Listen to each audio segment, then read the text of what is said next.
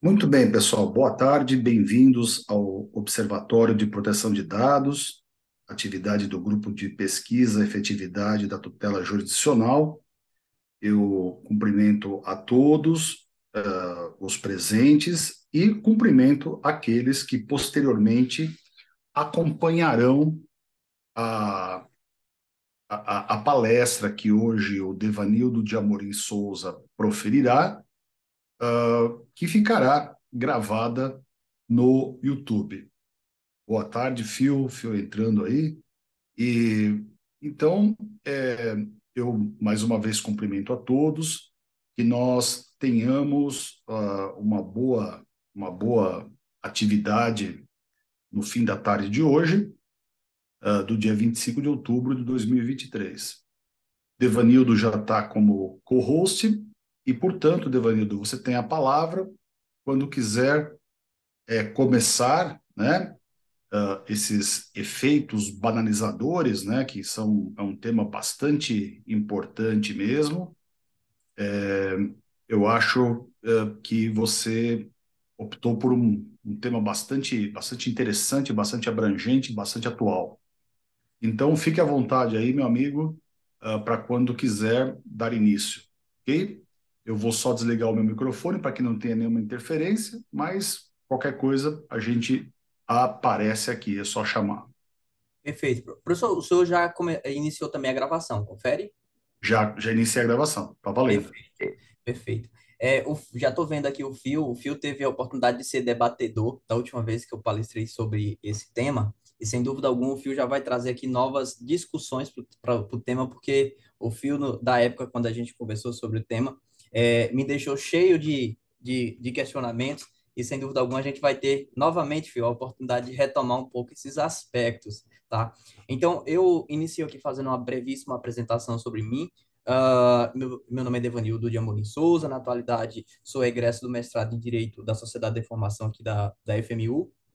Quem quiser um pouco mais de informação sobre as coisas que a gente já escreveu até o presente momento, pode ir até esse site que está aqui por meio desse QR Code, desse endereço. Lá vocês vão encontrar todas as publicações por ordem cronológica, disponíveis de forma gratuita, porque, a meu ver, o ensino ele tem que ser sempre difundido na sua máxima amplitude, para que assim a gente venha estimular o aprimoramento na nossa sociedade de forma inclusiva, tá? E a gente vai tocar sobre os efeitos banalizadores da condição humana na sociedade da informação. A banalização do ser humano, ela não é algo assim tão de hoje, né? A gente já tem relatos disso ao longo da história, mas a gente vai conversar um pouquinho a respeito para a gente ver onde isso encontra uma certa potencialidade no aprimoramento tecnológico. A gente vai conversar um pouquinho sobre. Então, desenhando inicialmente aqui nossa abordagem, a gente vai fazer uma pequena introdução, a gente vai desenvolver um pouco as ideias e, por fim, a gente vai fazer algumas conclusões e, por derradeiro, apresento ali as referências. Eu fiz questão de deixar número de página, todas as referências bibliográficas, além de minha própria dissertação, para quem quiser se debruçar com um pouco mais de profundidade sobre esse tema, que pelo menos para mim, é muito caro, assim, esse aspecto que toca a filosofia, direito, sociologia, esses aspectos, eu particularmente sempre tendo a olhar de forma um pouco mais carinhosa, porque é algo que me desperta bastante curiosidade.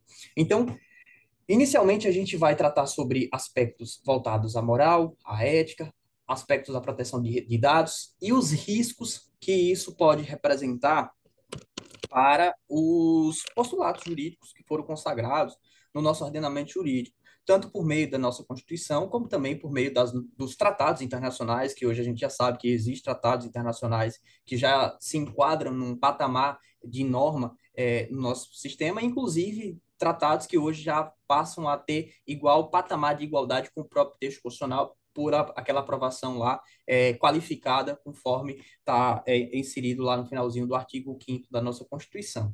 Então, para a gente meio que tecer alguns comentários, eu vou começar, em certa medida, fazendo um pequeno apontamento aqui a respeito do Platão. E aí, já trazendo uma certa curiosidade, aí vai ter alguém que vai perguntar, Devan, mas o que raios Platão pode ter falado de tecnologia, ou muito menos, ou de mais ainda de inteligência artificial? De nada. Platão não falou nada sobre isso, até porque não existia nada disso. Mas, como a gente sabe, existem pensamentos que são muito assim bem enraizados na nossa sociedade e lógico tratar de filosofia e até mesmo entender um pouco sobre as tendências do ser humano sem passar por autores bem elementares, digamos assim, que é um pouco assodado por parte de alguém que venha querer estudar de forma um pouco mais séria determinado assunto. E, de certa medida, tentando trazer um pouco esse contexto, Platão, lá nessa obra A República, mais especificamente lá no mito de Enel de Giz, Platão ele traz um questionamento bem interessante sobre o efeito da transparência, né, na empatia do ser humano. E, basicamente, lá no mito Enel de Giz, quem quiser se debruçar um pouco mais, são textos que vocês vão achar bem tranquilamente na internet. Você vai se debruçar onde Platão relata o caso de Gizes, onde Gizes era considerado um ser impecável moralmente, sabe? Tipo, Gizes era aquele cara que todo mundo olhava para ele e falava: Nossa, esse aqui é o cara que faz a coisa certa. Esse aqui é o cara que age bem. Esse aqui é o cara que traz o bom exemplo, né? Esse aqui é o cara que merece ser espelhado. E em uma dada oportunidade, Gizes, retornando à casa, se depara com um cadáver às margens da estrada, coisa que até então era um pouco comum, diga-se de passagem, não existia todo esse ritual que existe hoje e essa preocupação com a dignidade que a gente tem hoje. Gizes se depara com esse cadáver e, ao analisar o cadáver, Gizes percebe que o cadáver possuía ali um anel e outros acessórios. E Gizes, lógico, se questionou, disse: Olha, o cadáver não vai mais precisar disso, então vou aqui me apoderar desses bens e usufruir, já que ele está ali, né, não vai mais ser útil para ele. E assim Gizes fez. E Gizes, ao se apropriar do anel, ao retornar a Polis, Gizes simplesmente percebe que as pessoas não o viam assim, não o enxergavam. E Gizes adentra o recinto e literalmente as pessoas não o enxergavam e Gizes ouvindo as conversas, Gizes prestando atenção no que as pessoas estavam falando e literalmente ninguém estava enxergando ele fisicamente.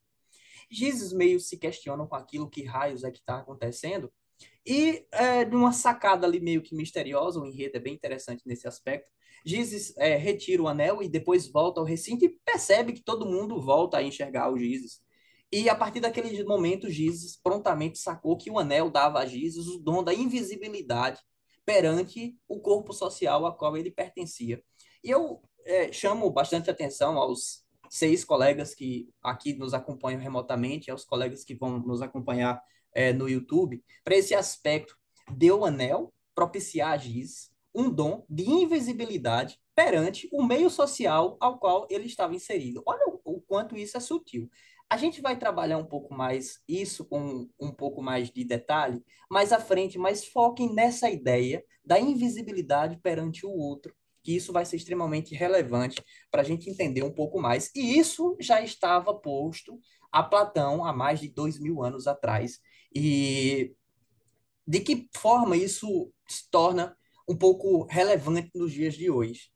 E para que a gente possa amadurecer um pouco mais isso, aqui fazendo uma junção de direito, filosofia e literatura, até porque a literatura, principalmente de autores consagrados, como é o caso de Machado de Assis e tantos outros autores mundo afora, e especialmente aqui a gente vai falar do Fyodor Dostoiévski, possui em sua obra um contexto de desnudar a realidade, de desnudar a essência do ser humano de forma, digamos assim, preditiva de coisas que hoje a gente já tem relatos de que se concretizou e, em certa medida, isso potencializa a gente a raciocinar um pouco determinadas tendências.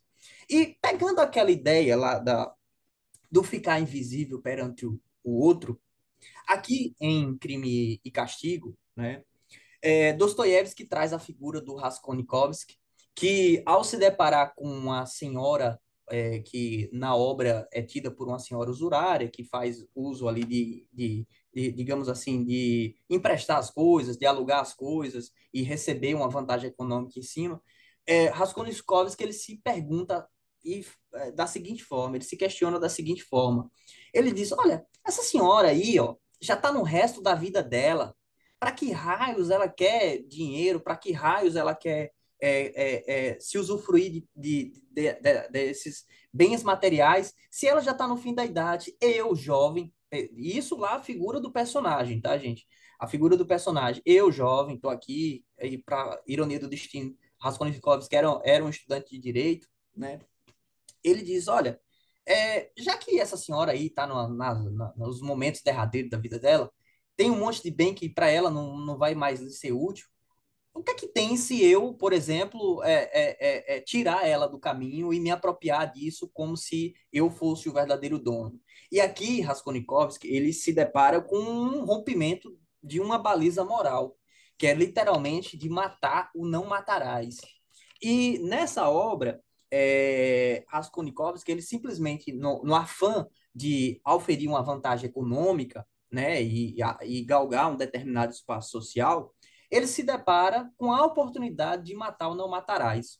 E aqui ele simplesmente resolve transpor a barreira metafísica do não matarás, em nome de algo que, em tese, vai lhe trazer uma benécia. Que, segundo ele na condição de ser mais jovem e poder fazer daquilo uma série de vantagens, além de poder, em certa medida, contribuir de uma outra forma para a sociedade, em vez de simplesmente ficar acumulando, ele consegue ali cavar elementos para justificar o homicídio. E nessa situação, Raskolnikov assim planejou de consumar o ato derradeiro de ceifar a vida da senhora Zurária. Só que, dada a situação, Dostoiévski ele apimenta um pouco a situação e coloca no seguinte: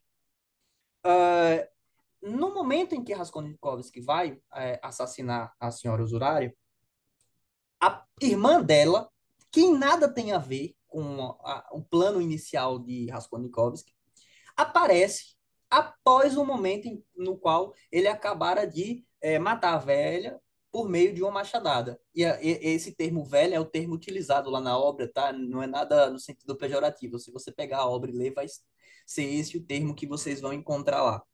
E aqui, Raskolnikov, que simplesmente, ao imaginar que a irmã dela, ao presenciar, poderia, em certa medida, ser um empecilho para o resultado que ele havia pretendido, ele simplesmente disse: olha, já, já cometi esse homicídio, um a mais, um a menos, ele simplesmente transpõe novamente a baliza metafísica não matarás e acaba para, de certa medida, garantir a perpetração do ilícito inicialmente iniciado, ele simplesmente mata a segunda pessoa, exatamente, de certa medida, para garantir a efetividade daquele ilícito que ele havia iniciado. E aqui vem uma outra parte super interessante na obra, que ao ele ter ultrapassado essa baliza metafísica, Raskolnikov ele se questiona, em certa medida, entra em um estado febril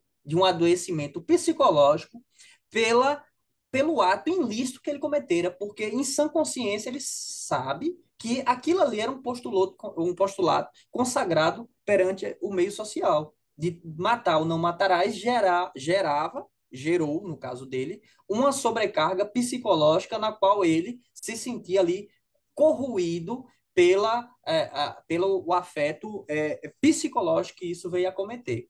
E isso porque ele diretamente executou, ele diretamente conduziu esse assassínio, que por sua vez, aqui nessa obra específica, ele próprio executou. E mais adiante, pelo mesmo autor, ele vai retratar aqui em Irmãos Karamazov uma figura um pouco mais, digamos assim, elaborada de matar ou não matarás.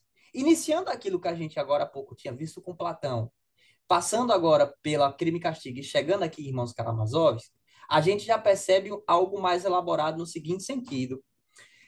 Dostoiévski, sabendo que o fato de você próprio ter que executar conscientemente um ato isso gerar uma sobrecarga psicológica de transpor balizas consagradas pelo meio social que a gente está inserido, Dostoiévski ele estereotipou a figura do ser humano, criando uma espécie de industrialização de determinados desejos nihilistas.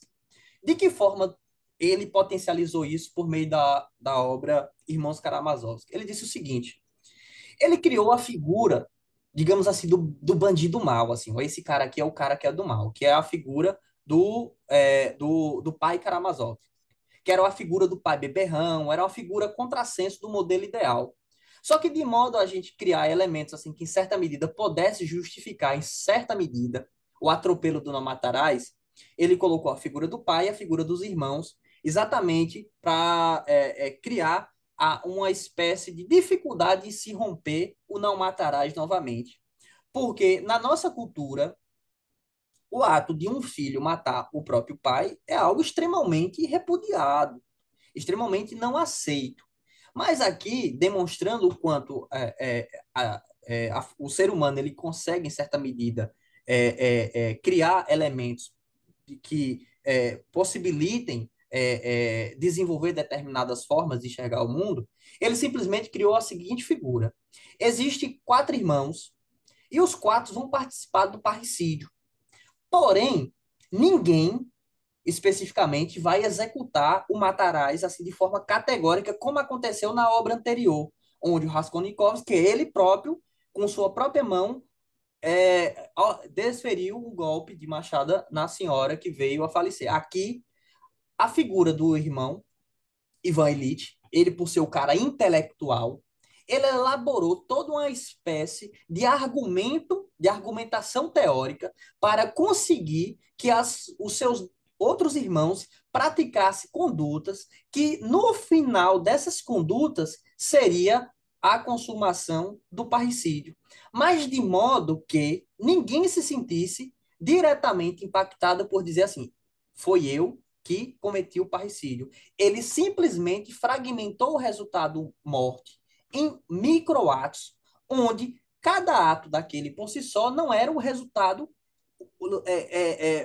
finalístico do parricídio por si só, mas aquela culminação de atos, aquela soma de atos, culminaria no resultado derradeiro, que era o parricídio. Desse modo, Ivan Ilitch, ele desenhou essa estrutura, transformando seus irmãos em instrumentos que iriam contribuir para o resultado derradeiro, a morte do pai Karamazov. E aqui eu chamo a atenção para o seguinte ponto. Dostoiévski, ele simplesmente colocou aqui a figura do pai, trazendo à tona a figura da baliza metafísica da própria ideia da existência divina, da existência celestial, da morte de Deus, da morte do pai. E aqui, trazendo isso para uma ótica filosófica, que é de fato o ponto que a obra vai descortinar, essa morte de Deus pode ser uma morte de qualquer baliza metafísica inserida no nosso sistema. E aqui a gente vai descortinar um pouco isso mais adiante, trazendo mais ainda à tona essa figura da instrumentalização do outro para alcançar um resultado derradeiro, que não necessariamente é o que aquele que executou quer, porque às vezes o executor ele sequer sabia que estava contribuindo para aquele resultado derradeiro. Aqui nessa obrazinha super clássica de William Shakespeare, lá na obra Hamlet, o rei simplesmente vai instrumentalizar o personagem Laerte, de modo fazer com que Laerte compreenda que Hamlet nada mais é do que uma espécie de vilão, criando aquilo que, assim, vou traduzir para nosso modelo social atual. O rei colocou na cabeça de Laertes que Hamlet era o estereótipo do bandido mau. Era o cara que era o problemático que necessariamente precisa ser extirpado do daquele meio social, como se fosse algo assim categórico. E nessa situação, quem se debruçar sobre essa obra, que é uma obra bem curtinha, uma delícia de ler, recomendo vivamente. Hamlet nada mais é do que uma vítima, né? Mas que na mão do rei que acabou tramando contra o próprio irmão para, de certa medida, destroná-lo e assim assumiu o reinado, ele simplesmente instrumentalizou o outro para alcançar um fim totalmente ilegítimo. E as pessoas que de fato ali foram instrumentalizadas sequer tinham noção. E isso reforça mais ainda a ideia de que, a depender do modelo que a gente possa inserir como um sistema, ele pode contribuir para, de certa medida, instrumentalizar figuras que pertencem a esse sistema, de modo que elas venham contribuir para desastres que elas sequer tenham noção disso. E trazendo isso assim para um modelo mais atual de como é que isso pode ser enxergado, né? Aqui na obra do Michael Sandel, ele traz a questão do exemplo do bonde. Porque essas questões afetivas, elas estão muito ligadas à concepção de justiça que a gente tem no nosso íntimo. E o efeito de empatia, ele, por vezes, ele pode ser determinante na tomada de decisão daqueles que estão ali deliberando sobre determinada situação. E eu acho que você já conhece esse exemplozinho, e não sei se o Vitor conhece, o Joseph conhece, a Karen. Esse exemplo ele ficou muito famoso por meio da voz das palestras lá do Sandel. Mas esse exemplo ele é bem anterior, se eu não me engano, é lá da década de 30 ou de 40, uma coisa assim. Na nossa dissertação a gente faz essa referência ao artigo original. E basicamente aqui, se a gente for linkar, né, aqui a gente vai trazer, assim, digamos, duas balizas metafísicas possíveis, que seriam uma baliza literalmente consequencialista, e, digamos, uma baliza mais utilitária, que seria uma questão de custo-benefício. E o Sandio, lá na brilhante palestra dele, que está aí no YouTube, difundida aos quatro ventos, ele simplesmente pergunta aos convidados se aquele figurinha lá que está com a alavanca, no caso, você que está aí me assistindo, se você é o cara que está ali com a alavanca, se eu te faço a seguinte pergunta, olha, se tu puxar a alavanca, tu salva os cinco, mas mata um. E se tu não puxar o trem, o bonde vai seguir o destino dele e vai matar os cinco. No exemplo dele, quase na totalidade, todo mundo puxa a alavanca, trazendo em consideração um exemplo nitidamente utilitário. Ou seja, trazendo a ideia de custo-benefício. Entre um e 5, a gente salva 5 e mata simplesmente um, trazendo literalmente uma ideia utilitária. Agora, já aqui, a gente já tem uma figura da responsabilidade mais imbricada no agente. Lá no figurão ali que tá para empurrar aquela pessoa, no exemplo é o seguinte: olha, o trem tá vindo. Se tu empurrar da ponte, se você que tá me assistindo aí, ó, você é o responsável pelo empurrão. Se você empurrar e ele cair no trilho, o trem vai matar ele, mas em compensação, o maquinista vai conseguir frear a tempo e não vai matar os cinco. Se você não empurrar o cara que tá ali, o curioso, na ponte, se você não empurrar, o trem vai seguir e vai matar os cinco, mas você não empurrou o cara que tá na ponte. Nesse exemplo, tem muita gente que mantém o raciocínio anterior, que diz assim, olha, aqui vai ser um exemplo utilitário. Já matei cinco no primeiro, aliás, já matei um no primeiro, aqui eu vou só matar esse segundo aqui, mas salvo cinco de novo. Professor, eu até me deu uma curiosidade. Ó, no primeiro exemplo, o senhor puxaria a alavanca ou não puxaria a alavanca?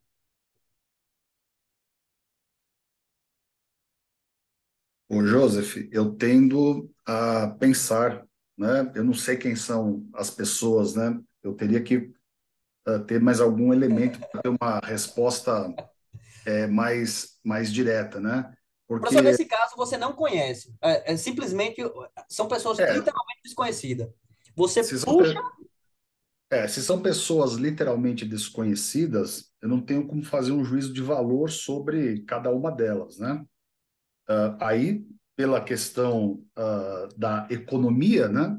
É melhor que morra um do que morram cinco, né? Isso Exatamente. voltando à premissa de que eu não tenho condição de saber nada sobre as pessoas, né? Agora, se eu soubesse alguma coisa sobre as pessoas, não quero dizer que sejam amigos, conhecidos, etc., mas se eu soubesse alguma coisa sobre as pessoas, isso pode mudar, né? Eu posso, Exatamente. eu posso ter aquela única pessoa no trilho ali como alguém de extrema validade para a família ou para a sociedade, ou pela profissão que exerce. E aí talvez eu, ceifando a vida dessa pessoa para poupar a das outras, eu talvez criasse um efeito dominó em outras relações que essa pessoa teria, né? E agora, como você mesmo diz, não sabendo nada, é melhor, né, que se salve cinco vidas a salvar uma só, né? Isso é uma visão bem, né? E o medo. Exato. E, agora, aqui na ponte eu já tenho uma, uma outra dúvida, né? Tem uma questão ética que ela não pertence exatamente a esse indivíduo que vai empurrar a outra pessoa, o curioso. Porque o curioso poderia também tentar fazer alguma coisa para evitar que as cinco fossem mortas, ele está simplesmente assistindo, né? Ele está assistindo ao acidente, ele está esperando, ele tem uma expectativa desse acidente. Mas o que vai empurrar ali, ele também poderia tomar a mesma atitude do que está assistindo. Então, veja, ele não é exatamente um salvador, ele não vai tentar uma outra alternativa. Ele vai efetivamente matar um para poupar cinco. E aí é uma questão que me parece um pouco mais delicada, né? Eu tomar a Exato.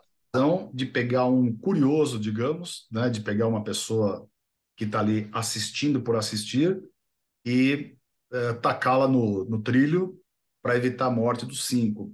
Meio estranho isso, né? Na outra é uma solução só minha, né? Eu que vou puxar a alavanca ou não vou puxar a alavanca. Aqui eu estou usando uma outra vida para a solução, que me parece uma coisa mais direta, mais reprovável, digamos assim. Exatamente, professor. E é exatamente aqui onde eu quero chamar a atenção para o impacto disso em relação à obra do Dostoiévski e em relação ao próprio Platão. Porque o fato de você, empaticamente, se sentir mais impactado pelaquela tomada de decisão, isso é fator determinante para você aderir ou não aderir a uma determinada tomada de decisão. Então, e para descortinar um pouco isso ainda mais, olha aqui trazendo exatamente o ponto que você mencionou. Imagine que aqui você novamente está lá com a alavancazinha e ali é o ente querido. Você, a tendência, professor, nos estudos que foram feitos, é exatamente essa dualidade, o dilema moral é exatamente esse. Na primeira imagem, que no caso é essa imagem, a grande maioria puxa a alavanca. Aqui a coisa já é uma cisão muito grande. Já meio que o público se divide. Metade empurra, metade não empurra. E aqui, na totalidade, assim, quase na grande totalidade, o pessoal simplesmente deixa os cinco morrer. O fato é, o fator empatia, como apontou lá Platão, como apontou Dostoiévski, como apontou Hamlet, é determinante para influir na tomada de decisão. E aí a gente vai discutir um pouco isso com um pouco mais de detalhe. Esse estudo aqui, professor, ele analisou isso, exatamente isso que a gente meio que analisou empiricamente, eles fizeram isso por meio da ressonância magnética. Eles simplesmente analisaram, por meio da ressonância magnética, as áreas do cérebro responsáveis por cada análise dessa e verificaram onde era que havia mais ativação cerebral por áreas referente a determinado aspecto. Por exemplo, existem áreas do cérebro que são mais responsáveis por tomadas de decisão de cunho mais racional, de cunho mais binário, de cunho mais assim, de aqui é a resposta correta. Existem áreas do cérebro, como por exemplo é o caso do hipotálamo e por aí vai, que são fortemente ativadas como quando a emoção ela acaba influindo, né, a tomada de decisão. Quem quiser se debruçar, esse estudo aqui, vocês não vão achar gratuitamente, mas qualquer coisa, manda um e-mail para mim que eu envio se vocês quiserem. É, basicamente, por meio de uma análise categórica da análise científica, a neurociência identificou que, nesses exemplos que a gente mencionou, as pessoas que responderam de forma utilitária, eles simplesmente partiram de uma análise um pouco mais, um pouco mais racional. Mas, quando havia a questão do ente querido, o fator emocional era extremamente ativado e, por sua vez, isso culminou no resultado basicamente antagônico ao resultado anterior do primeiro exemplo, trazendo à tona um elemento intrinsecamente humano, que é a empatia, coisa que hoje o ChatGPT não faz, coisa que hoje os algoritmos não fazem, coisas que hoje, pelo menos no atual estado da técnica, o aprimoramento tecnológico que a gente tem hoje não possibilita uma análise empática das questões que estão ali sendo tratadas. Por isso que ainda hoje o fator humano ele ainda é extremamente relevante para evitar determinadas discrepâncias sobre uma ótica moral. E aqui a gente vai descortinar um pouco mais isso da seguinte forma, porque se a gente for analisar sobre uma ótica estritamente burocrática, e aqui, gente, para a gente tratar sobre essa análise um pouco estritamente burocrática, eu acredito que o professor Vigliar conhece o capítulo 9 lá da obra O Processo, onde ele fala sobre o homem do campo diante da lei, onde o Kafka relata uma estrutura extremamente burocrática, onde cria tantos empecilhos, que se o Joseph chegasse até mim para pleitear um direito, eu dizer, Joseph, olha, você tem que correr 200 mil quilômetros, atravessar o Oceano Atlântico a nado. Se você conseguir, eu te propicio o acesso à justiça que você quer. E isso aqui eu estou estereotipando para a gente trazer para uma ótica do direito, onde às vezes os entraves burocráticos que a gente cria inclusive, professor, você tem muito mais propriedade do que eu para falar sobre isso. O aspecto da gratuidade da justiça, a gente viu isso lá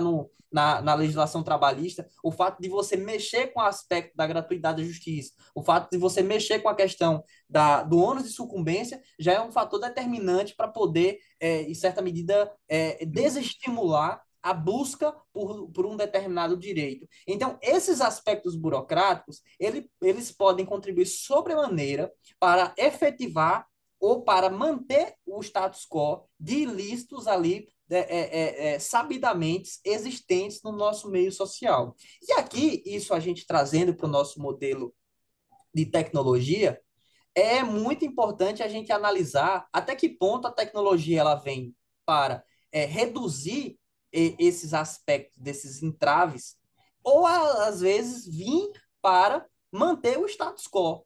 E a gente vai se debruçar um pouco mais sobre isso, de que forma isso pode acontecer. Aqui nessa obra do Jonathan Leader, As Benevolentes, ele relata aquilo que o professor Ricardo Vassolé chama de industrialização da morte criada no regime nazista. Como é que, em certa medida, a gente consegue industrializar o evento morte? A Alemanha nazista, e aqui quem quiser, é uma leitura assim, digamos assim, não é prazerosa, porque relata literalmente o desastre que a humanidade conseguiu conduzir aquele período histórico. Se você quiser falar alguma coisa, professor, fica à vontade, viu? Não, não, não. Eu estava só vendo um livro aqui atrás, porque eu me lembrei a partir dessa sua narrativa aí. Tem um livro muito interessante do Contar do Caligares, que já faleceu. O livro dele chama O Grupo e o Mal. E ele analisa como que os grupos facínoras são formados, né? A verdade não é exclusivamente pela liderança, mas é por uma tendência perversa de cada um do grupo que acaba aderindo, porque se sente acolhido pelo grupo. Pertencente, exatamente.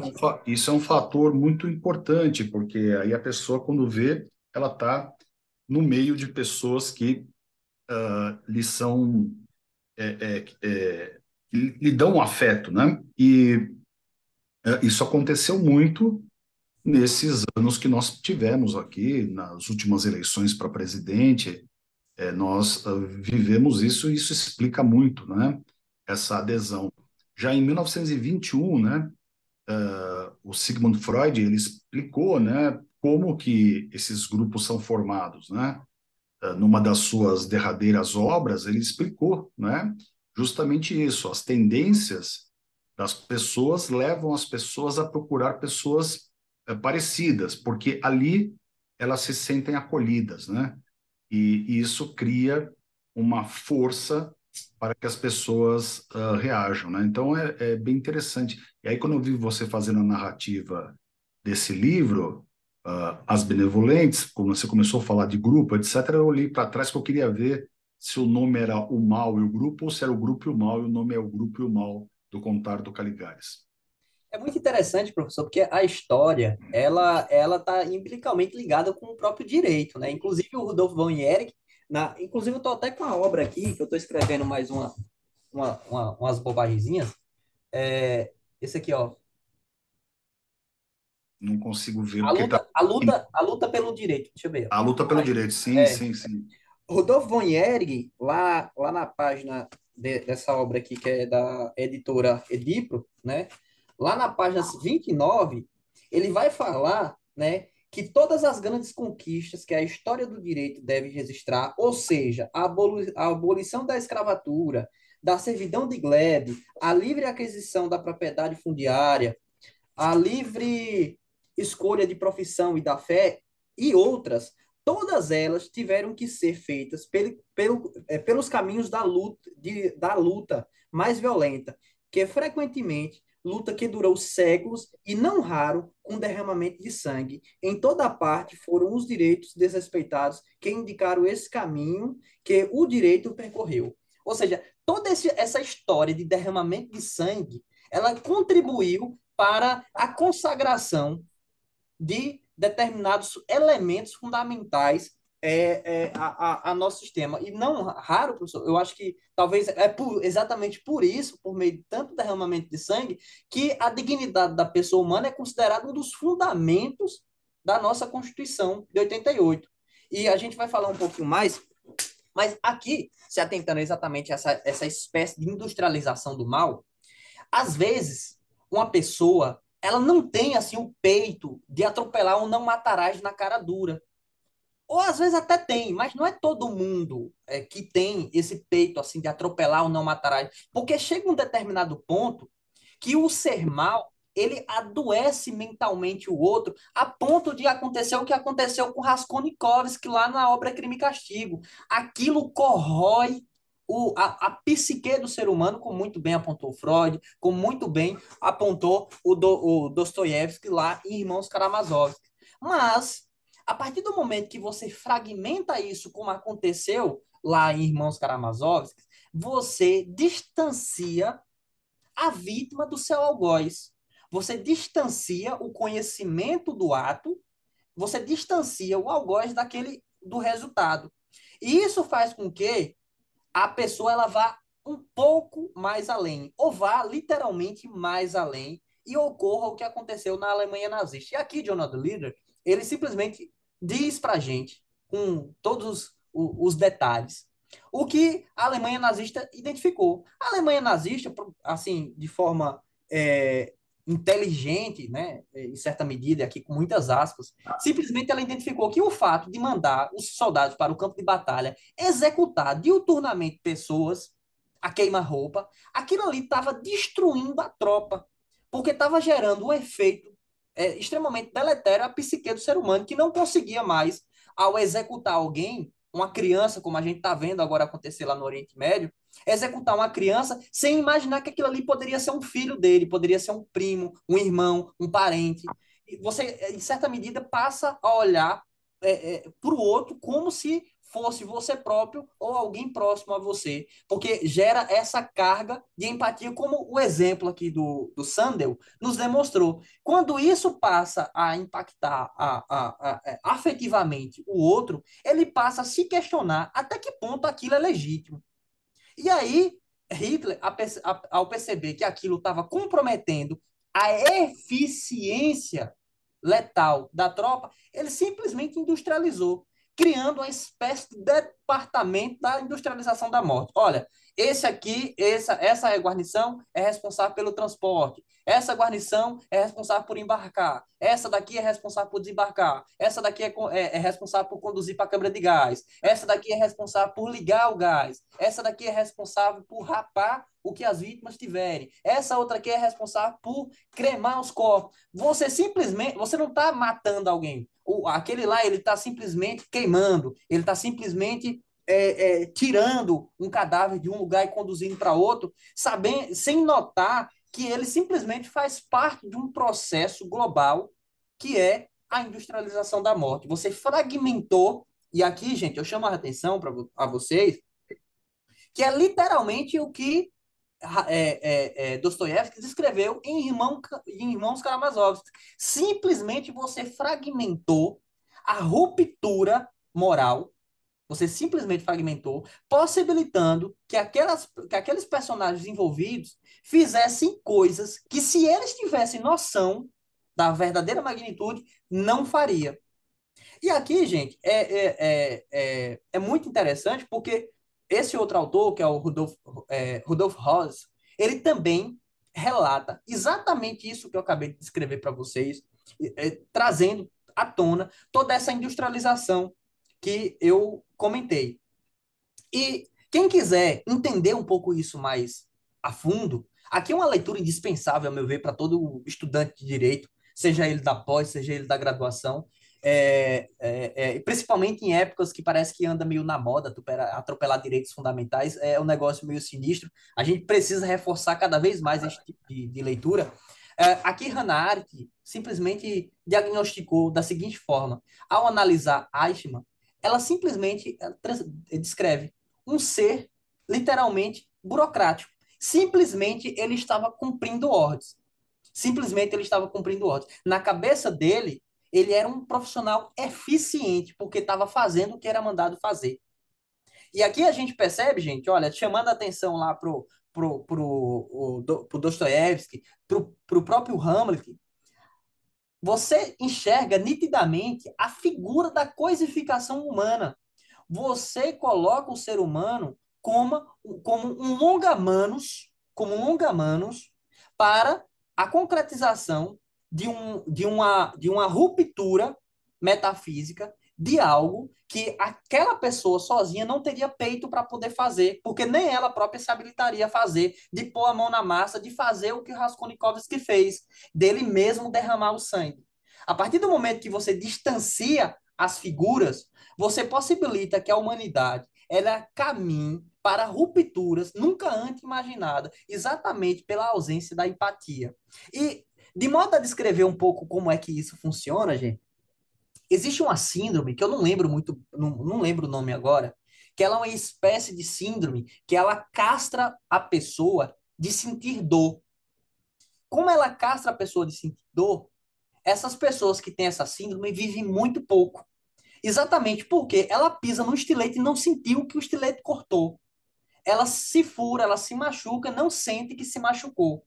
Exatamente porque, como ela não tem a noção de até onde pode ir, porque ela se imunizou do sentir dor, ela consegue ir até o ponto de se autodestruir, que é o que acontece com essa síndrome, que depois eu vou dar um Google e vou passar o nomezinho para vocês. Trazendo isso para o aspecto moral, é exatamente isso que a gente vem conversando aqui, trazendo o lado do Platão, do Dostoiévski, do Hamlet, e agora desmudando para o ponto que a Hannah Arendt despertou com relação a isso. E aqui fica a seguinte pergunta. Eu vou passar para o slide seguinte e depois volto nesse, que é basicamente o seguinte. Olha, você já deve ter se perguntado sobre a seguinte ordem. Existe alguma verdade universal que a gente deva seguir? Será que, de fato, as coisas são o que são e nada possibilita mutabilidade? E se vocês forem analisar lá o Crepúsculo dos Ídolos, vocês vão identificar que todas as ideologias existentes, todas elas têm que ser o calcanhar de Aquiles. Mas no atual modelo neoconstitucional que a gente tem hoje, o modelo que foi super potencializado exatamente por conta dos eventos desastrosos da Alemanha nazista foi a consagração da dignidade da pessoa humana por meio de Immanuel Kant. E aqui, professor, até eu queria te solicitar, até para a gente poder personificar um pouco a aula aqui de uma forma um pouco diferente, me parece, professor, que muitos dos ordenamentos jurídicos, principalmente as cartas constitucionais ou as constituições, elas beberam muito dessa fonte, principalmente a Europa, imbuindo os sistemas de um olhar especial para a condição humana, diferentemente do que a gente vê acontecer com o sistema norte-americano, que talvez por ter sido o vencedor da guerra, não se preocupou muito com isso, mas no caso da Europa, lógico, o Brasil, por ter bebido um pouco dessa fonte, acabou incorporando isso no nosso sistema. E aí, professor, se o senhor quiser fazer algum comentário, fica à vontade.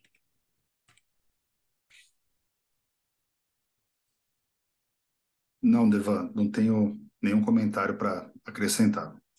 Perfeito, professor. Obrigado. Professor, e eu toco nesse ponto exatamente pelo seguinte: não diferentemente dessas outras constituições que eu acabei de mencionar, principalmente as constituições europeias, como é o caso da própria Constituição alemã, a Constituição brasileira, pelo menos segundo esse texto, a dignidade da pessoa humana como valor supremo da democracia, do professor José Afonso da Silva, ela foi incorporada de forma categórica na nossa Constituição, em que pese a gente ter essa ideia de um conceito poroso da ideia de dignidade da pessoa humana, ela é um elemento que, em certa medida, ela se encontra como fundamento da própria Constituição. Juntamente, lá no artigo 1º, entre outras passagens que tem lá, como é a própria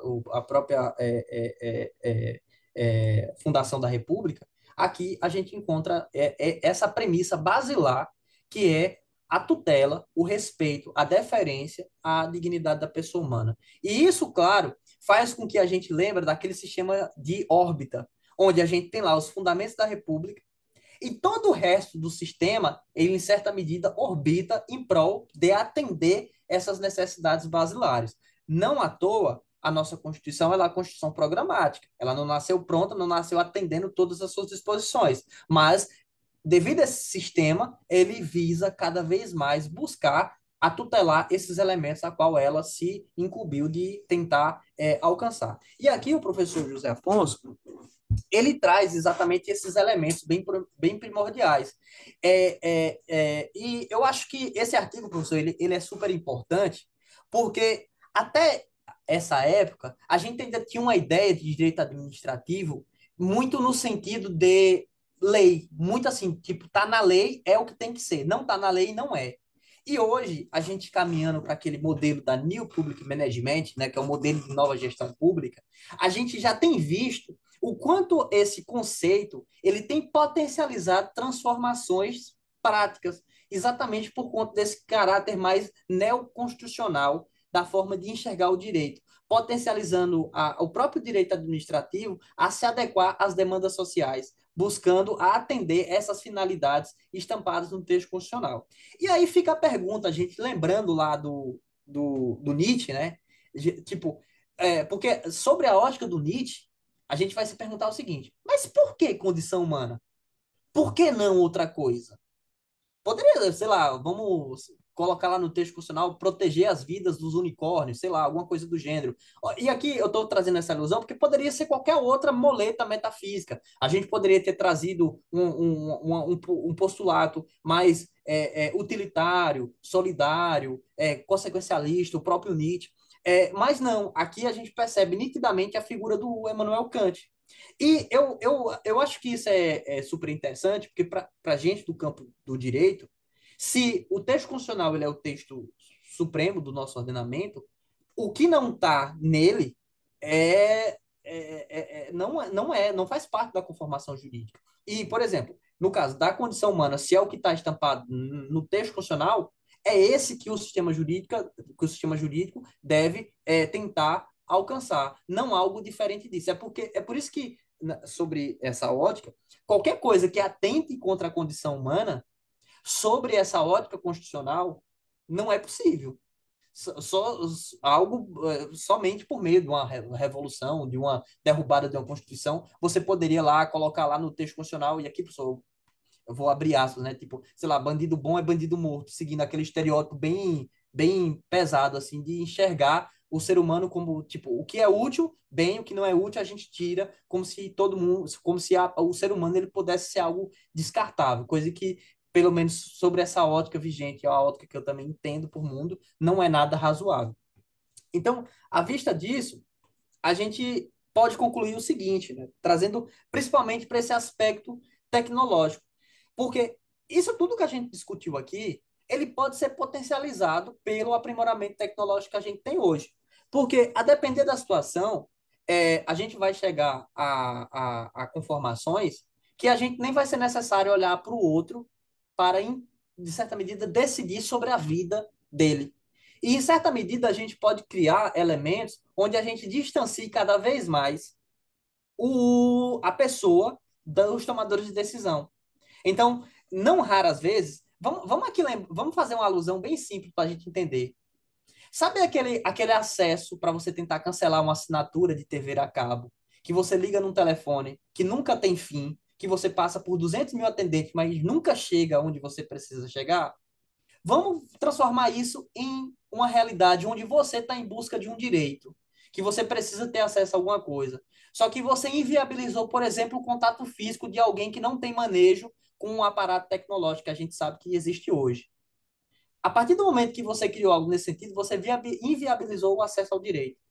Que, inclusive, eu tenho visto isso hoje acontecer com o próprio Gov.br, em determinados aspectos. Inclusive, é um exemplo de modelo que tem tentado incluir o máximo possível, mas mesmo assim, tendo em vista a baita diversidade que a gente tem hoje no nosso país, a gente hoje se depara com pessoas que não conseguem instalar um aplicativo, que não conseguem mandar uma mensagem no WhatsApp.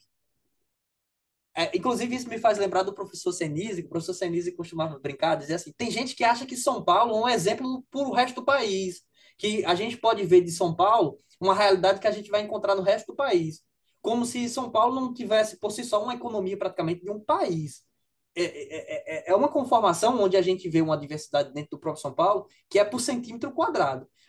Em outras regiões do país, a gente tem uma diversidade extremamente sensível, peculiaridades, como eu mencionei, em determinadas situações o cara não conseguir entrar no gov.br para fazer uma transação. A partir do momento que você só cria algo, que aquele algo só pode ser feito daquela forma digital, você está criando um problema, porque você está excluindo. E o que é pior, você não sente que você está excluindo, porque aquilo sequer vai virar estatística. Você sequer vai ter quem reclamar. Então, a gente cria potencialidades, de certa medida, de potencializar a negativa, né, de elementos básicos para a vida em sociedade. Então, aqui, a tecnologia pode trazer infinidades benefícios para a vida em sociedade, mas fomentá-la de modo a sociedade pode contribuir para o fortalecimento de um modelo dominante, a responsabilidade ética e moral dos agentes responsáveis por viabilizar o emprego de modelos tecnológicos ganha ainda mais relevância no modelo atual. Os preceitos consagrados de preservação da dignidade da pessoa humana demonstram relevância para se promover resistência aos princípios, aos possíveis efeitos coisificativos potencializados pela lógica algorítmica. E o algoritmo pode fomentar ideias que oprimem o plural, que é o que a gente viu, por exemplo, com as ideias de discriminação algorítmica. Se você não possibilita uma abertura sistêmica, onde alguém que se sinta vitimado possa, em certa medida, tentar fornecer elementos para dizer, olha, isso aqui está errado por isso, você se blindou de sua própria falha.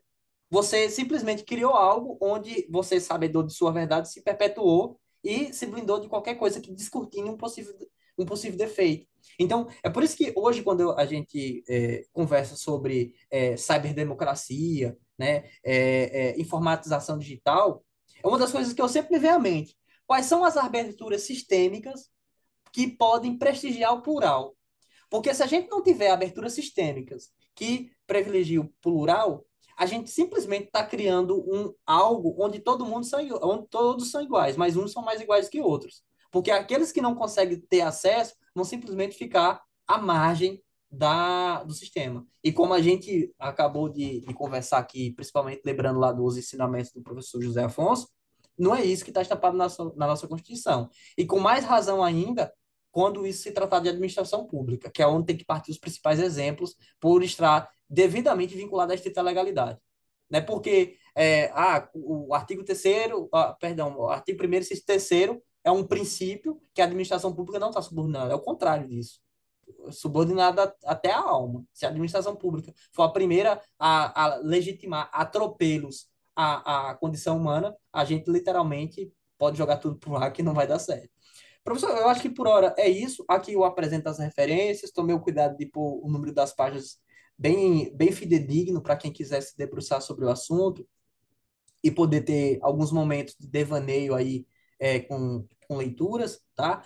Tentei trazer um repertório um pouco misto para não deixar somente coisa do direito, até porque de direito aqui meus colegas entendem até mais do que eu. Então, eu tentei trazer algo um pouco mais misto para a gente poder alargar um pouco nossa psique para tentar descortinar um pouco esses problemas que a gente tem visto na nossa atualidade.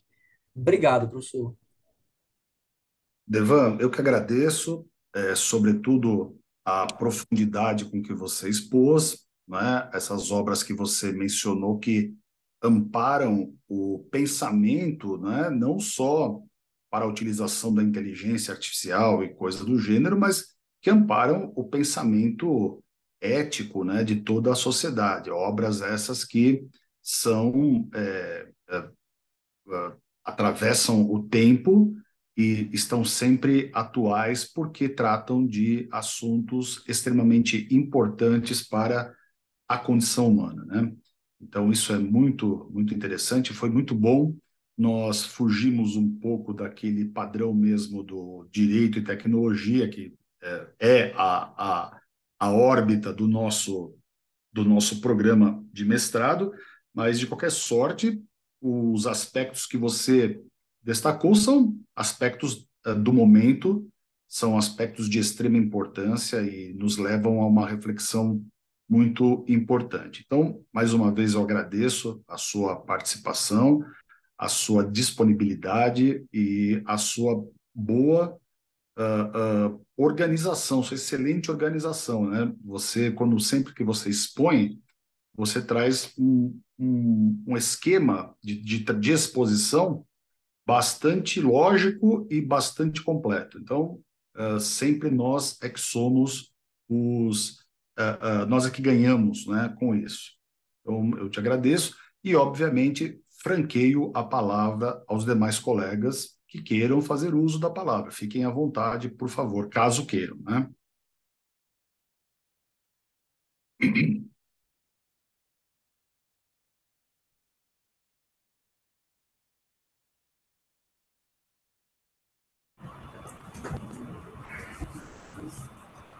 Pois não, Phil, fique à vontade. Eu acho que depois dessa exposição do Devan, a gente já debateu algumas vezes com relação a esse assunto. Eu não tenho muito o que colaborar, não. É bem difícil.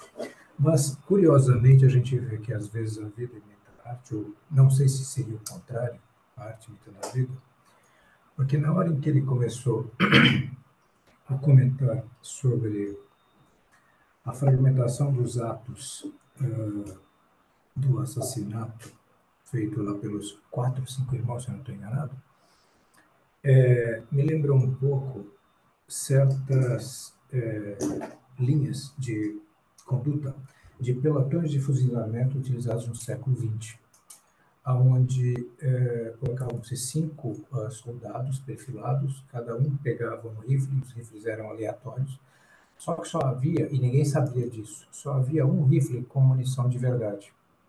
Os demais rifles eram com balas de festim. Então, todos atiravam mais de uma vez, matavam o prisioneiro e ficava a dúvida quem efetivamente tinha matado. Todos achavam que tinham sido os culpados pela morte daquela pessoa. E o trauma que isso trazia na cabeça das pessoas, se alguém falasse, olha, vai lá, pega um rifle qualquer, porque pode ser que você não seja o responsável por aquela morte, teria um gosto muito diferente da dúvida, ou melhor, da falta de conhecimento, de saber que haviam balas de festim no meio das munições. Isso foi a primeira coisa que me chamou a atenção. E nessa mesma linha, de conceitos morais, eu lembrei de um filme de Charles Chaplin chamado Monsieur Verdoux.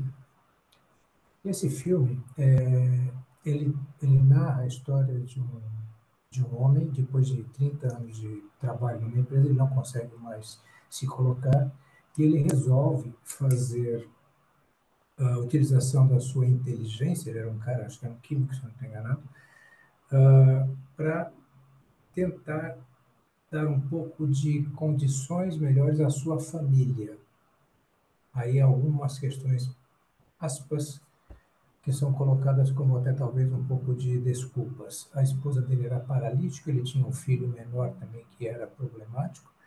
E o que é que ele resolve fazer? Ele começa a viajar pelo interior da França, se envolver em relacionamentos amorosos, sempre com mulheres viúvas, já com uma certa idade, com poder aquisitivo, e ele dá um jeito de matar todas elas.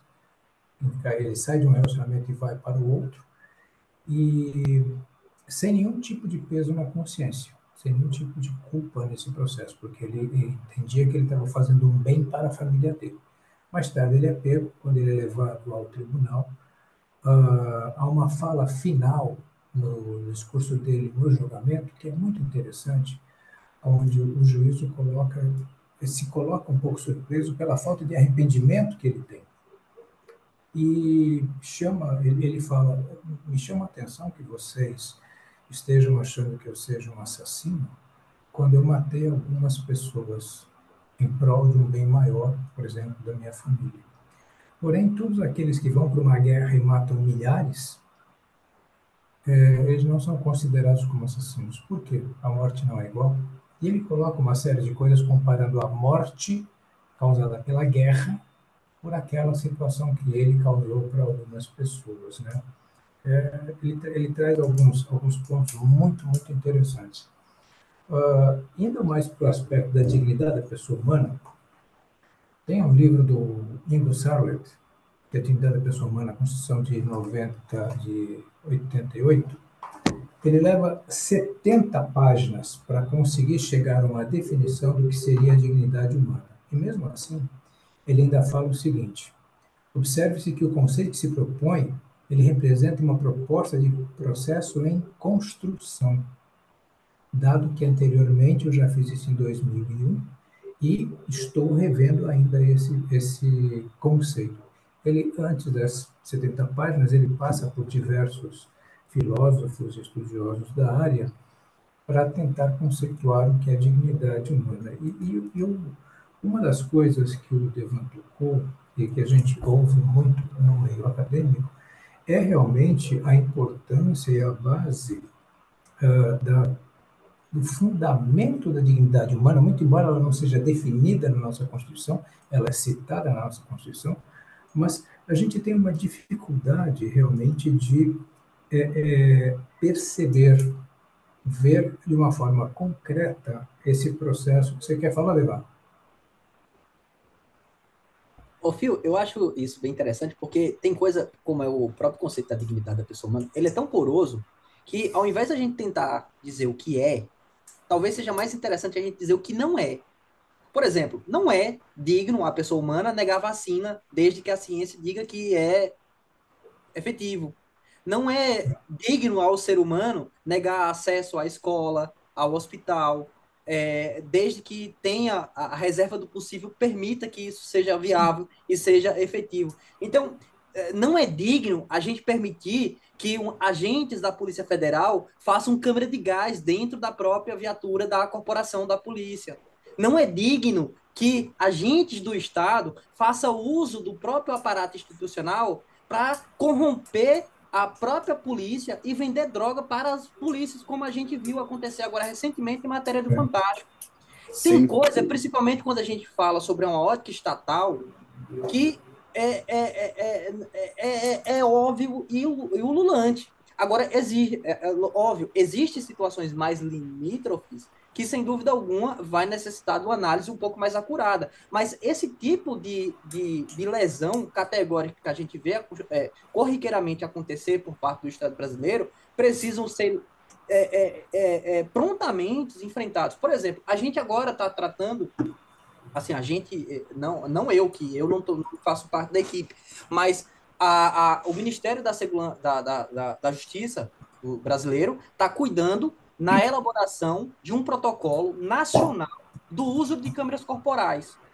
Por quê? Uhum. Não é nem de hoje nem de ontem que existem países que não talvez em galáxias não muito longínquas, onde agentes do Estado simplesmente abduzem pessoas, simplesmente forjam provas, ou o que é pior, sobre a vã ilusão de achar que aquilo é justo, sobre a vã ilusão de achar que fazer justiça com as próprias mãos, com nenhum juízo sumário, onde é o órgão de acusação, o juiz e o próprio executor, se legitimam a atropelar regras básicas, elementares de qualquer sistema que a gente venha. Eu acho que nem na Indonésia um agente tem o poder que muitas vezes a gente escuta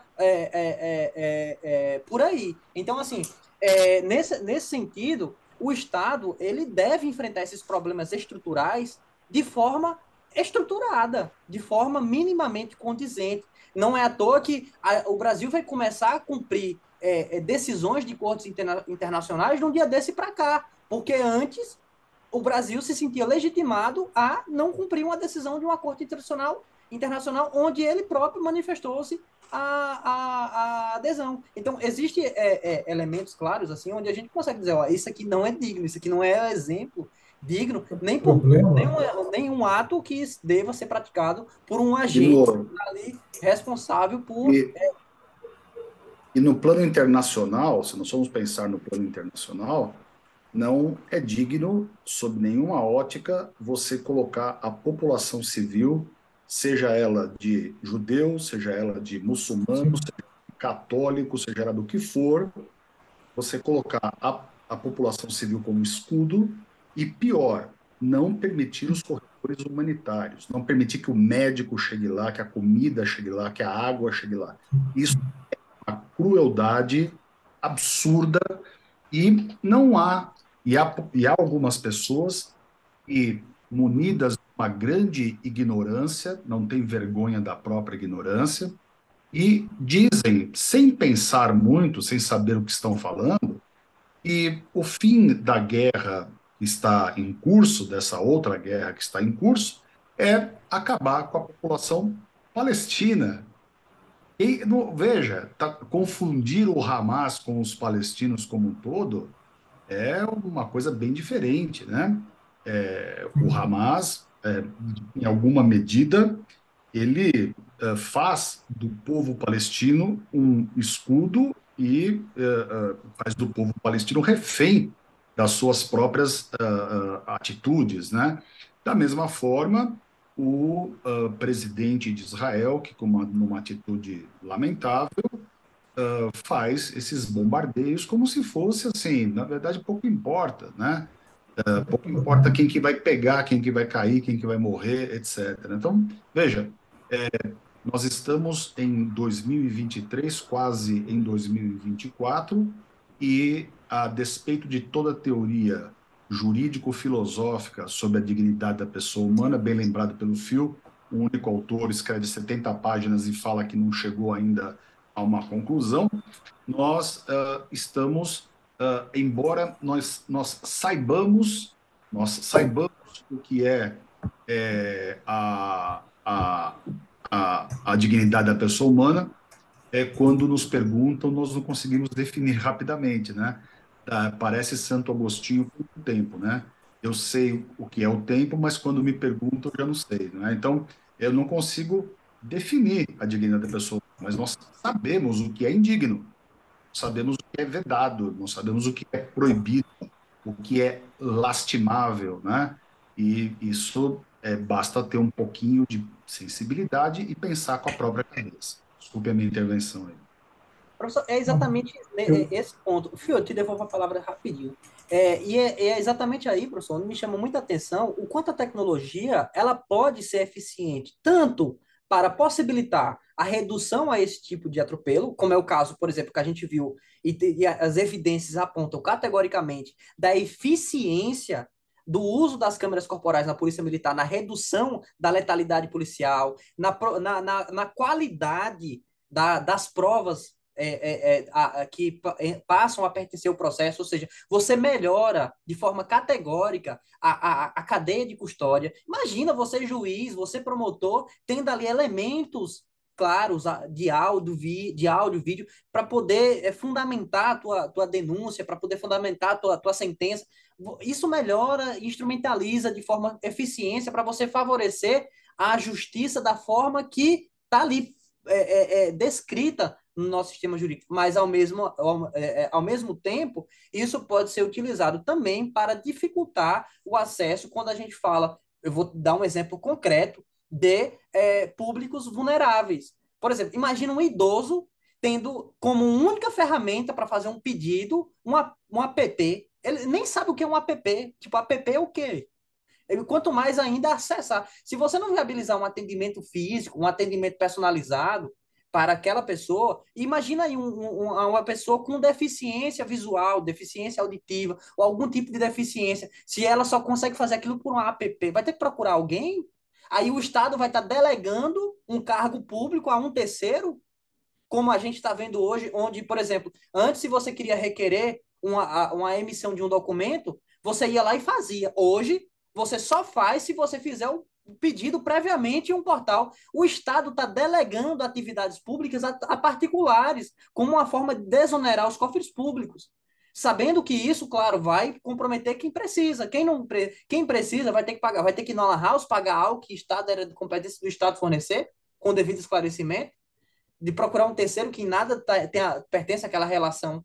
Então, existem aspectos que a gente precisa se atentar, porque, em certa medida, o aprimoramento tecnológico está vindo para favorecer em vários aspectos, mas, ao mesmo tempo, está vindo para, de certa medida, trazer visões eficientistas para dentro da administração pública. Queridos, estão com a Devan, palavra. Obrigado. Devan, vamos circular a palavra, porque estamos chegando perto das 19 horas e o professor aqui tem que entrar em campo daqui a pouco. Então, Vitor, por favor, depois a Karen. Rapidinho, eu achei interessante que o artigo que o Devan citou, que é sobre a neurociência, é, atualmente a campo da neurociência está sendo utilizado muito na prática da inteligência artificial. Então, todos esses grandes atores de inteligência artificial hoje têm neurocientistas que estão trabalhando diretamente no desenvolvimento da inteligência artificial. Por quê? Porque eles estão tentando entender como o nosso cérebro humano funciona. Atualmente a gente sabe alguns campos que tomam algumas decisões, mas como que isso afeta também a própria inteligência artificial. O Joshua Green, que é o autor principal do artigo que o Edevan citou, é um dos maiores neurocientistas da atualidade, tem diversos artigos, tem um dos livros que eu citei, um livro excelente, que é Tribo Morais, a Tragédia da Moralidade do Senso Comum, que inclusive, ele fala nesse livro, o artigo que o Devan citou. Então, fica a dica aí. Quem está estudando a área da inteligência artificial, partir para a área da neurociência, porque você vai ter uma visão muito aberta e também entender assim como que nós tomamos as nossas decisões. A neurociência hoje está discutindo é, se nós, as pessoas, temos o livre-arbítrio, que é uma questão que o direito totalmente é fundamentado no livre-arbítrio. E hoje a neurociência está vendo que, opa, pera lá, nós não temos 100% do nosso livre-arbítrio. Então, isso está refletindo muitas questões jurídicas que o pessoal está discutindo lá fora, também está refletindo muito isso. Nós temos livre-arbítrio. A gente tem diversos casos que a neurociência está demonstrando que a gente não tem o livre-arbítrio. O caso é do Phineas Gage. Resumindo, Phineas Gage é, é uma vala, um pedaço de metal enfincou na cabeça dele e ele sobreviveu. atravessou assim praticamente a cabeça dele, e ele sobreviveu. Mas toda a questão social dele foi totalmente alterada. A moralidade dele perdeu muitas questões, mas ele continuou. Ele foi uma pessoa independente funcional. Ele continuou trabalhando, continuou fazendo as coisas, mas questões morais assim mudaram. Também tem o caso do Michael também. O que que aconteceu? Ele era padrasto, tinha uma criança e ele desenvolveu o tumor, começou a ter práticas pedófilas. Então, por causa desse tumor afetando o cérebro, ele começou a desenvolver prática de pedofilia. Então, a neurociência está estudando muito sobre isso. Então, a inteligência artificial também está muito ligada à neurociência. Era só isso que eu queria deixar rapidinho. Obrigado, Vitor. Karen, pois não. Boa noite, pessoal. Boa noite, professor. Devan, parabéns pela sua apresentação. Estou tentando abrir aqui a câmera. Desculpa aí. Então, você falando dos aplicativos hoje, né? Então, existe essa imposição de se utilizar, né, os aplicativos, um caso prático, por exemplo, eu fui fazer, a minha mãe precisou ir ao médico, né, e para eu fazer a marcação do exame dela, o plano de saúde, ele atende agora só por aplicativo. Então, assim, é aquela imposição, e ela não entende.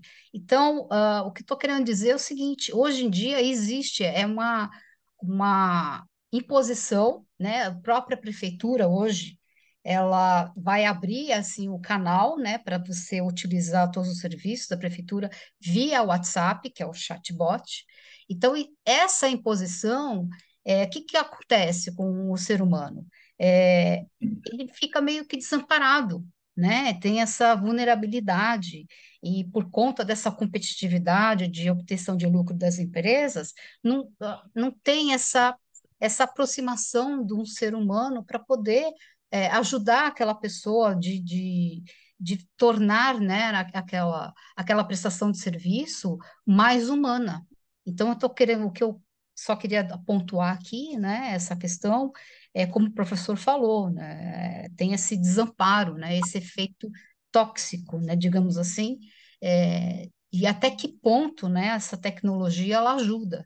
É óbvio que ela tem as benesses, mas em alguns casos, até que ponto, né, essa tecnologia vai ajudar o ser humano? Então, eu só queria pontuar isso.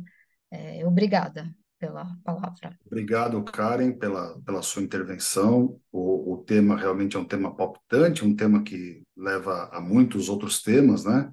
Mas ele precisa ser discutido e que comece dentro da universidade, mas ainda que não seja o único local para ser discutido, né? Eu agradeço a presença de todos, a participação de todos, a belíssima exposição feita pelo Devan, encontro vocês então no nosso próximo OPD e eu vou passar para o Devan depois as gravações da nossa atividade de hoje. Ok? A todos uma boa noite e um bom resto de semana, né? Que ainda temos metade da semana pela frente. Um abraço a todos, até breve. Muito obrigado.